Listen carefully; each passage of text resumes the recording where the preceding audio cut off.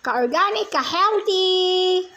Harvest po tayo ng ground cherry. Ayan, ang daming ground cherry dito sa amin. Kaya ayan, harvest po tayo.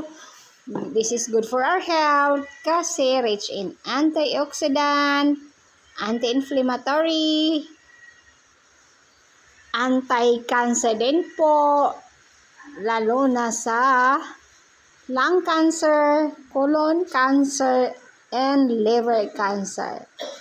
Kaya it's for free, ka-organic, ka-healthy, kusang tumutubo po yan sa aming garden. Kaya ayan, ang dami-daming ground cherry. Hindi pa hinog yung mga iba, pero at least may mga hinog na rin. Balikan na lang natin yan after 2 weeks, or after 1 week, kasi nahuhulog yung ibang mga bunga. Ayan, yan yung sample natin. Buksan na natin maya-maya at kainin na natin. This is good for our health.